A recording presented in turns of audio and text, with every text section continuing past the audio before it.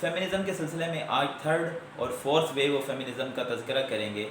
Third wave of feminism کی خواتین اپنی فیمنٹی یعنی عورت پن، اس سے منسلک جتنے پروڈکٹس ہیں، جتنے ان کے آئیڈیاز ہیں، جتنے سمبلز ہیں، جیسے ہائی ہیل، جیسے ان کی پروڈکٹس میں شامل براز اور پنک کلر وغیرہ، وہ ان سب کو اون کرتی ہیں اور اس پر فخر محسوس کرتی ہیں۔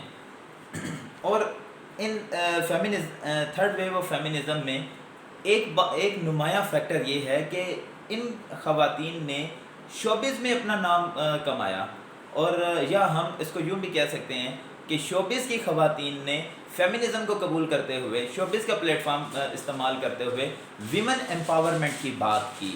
ان میں ایک بڑا مشہور میوزیکل ایک گروپس ہے جو چند لڑکیوں پر مشتمل ایک میوزیکل گروپ ہے جس کا نام ہے ریڈ گرل۔ ان لڑکیوں نے اپنے میوزیکل بینڈ کے ذریعے سے عورتوں کے حقوق کی بات کی، ویمن امپاورمنٹ کی بات کی، اور اس کے علاوہ شوبز کی دوسری خواتین بھی شامل ہیں جو فیمنزم کو آہستہ آہستہ قبول کرنے لگیں، اور ان کی ایک اچھی خاصی تعداد بھی آج بن چکی ہے۔ ان میں ایک مشہور شخصیت اوپرا ونفرے بھی ہیں۔ اوپرا ونفرے ایک U S T V based anchor person ہیں، انٹرویور ہیں۔ یہ ان کا خواتین کے حقوق کے متعلق بڑا کام ہے۔ یہ افریقہ میں ظلم کی چکی میں پسنے والی عورتوں پر بات کرتی ہیں اور کھل کر بات کرتی ہیں۔ پھر میڈونا ایک بہت بڑی گائک ہے، سنگر ہے، اور میڈونا نے اس اسٹیریوٹائپ کو ختم کیا کہ عورت ایک عمر کی حد کراس کرنے کے بعد کسی خاص طرز کا ڈریس نہیں پہن سکتی، یعنی وہ شوق کلر کے ڈریس نہیں پہن سکتی۔ یہ ہمارے ہاں ایک عام سا اسٹیریوٹائپ ہے، ایک ٹیبو ہے کہ اگر کوئی 50 سال کی عورت یا 60 سال کی عورت کوئی شوق کلر کا ڈریس پہنے تو لوگ اس پر انگلیاں اٹھاتے ہیں۔ میڈونا نے اس اسٹیریوٹائپ کو ختم کیا اور لوگوں کو پیغام دیا کہ عورت کی اپنی ایک انڈیپینڈنس ہے، اپنی ایک فریڈم ہے، فری ول ہے، اور لوگوں کو اس کو فالو کرنا چاہیے، لوگوں کو اس کے حق میں آواز اٹھانی چاہیے۔ تو میڈونا اس طرح کی حرکتیں کرتی نظر آتی ہے کہ وہ شوق لباس پہنتی ہے، گو کہ وہ 50 سال سے اوپر ہے، یا ایسے لباس پہنتی ہے جو عموماً نوجوان لڑکیاں پہنا کرتی ہیں۔ تھرڈ ویو آف فیمنزم میں ایک مشہور رائٹر گزری ہیں اور ان کا نام ہے ناؤمی وولف۔ ناؤمی وولف نے 2 کتابیں لکھیں اور دونوں ہی بیسٹ سیلنگ بکس ہیں۔ ایک ہے دا بیوٹی میتھ اور دوسری ہے ویجائنا۔ ویجائنا، اب جیسا کہ نام سے بھی ظاہر ہے کہ خواتین، تھرڈ ویو آف فیمنزم کی خواتین نے اس بات کا پرچار کیا تھا اور اس بات کو فروغ دیا تھا کہ ان کی باڈی یونیک ہے اور وہ اس باڈی کے ساتھ خوش ہیں، اور اس پر انہیں کسی قسم کی ندامت یا پشیمانی یا پریشانی نہیں ہے۔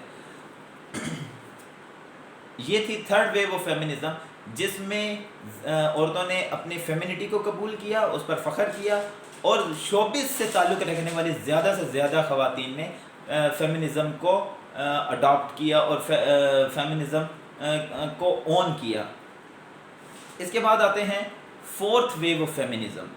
Fourth wave of feminism start ہوتی ہے 2010 کے بعد سے۔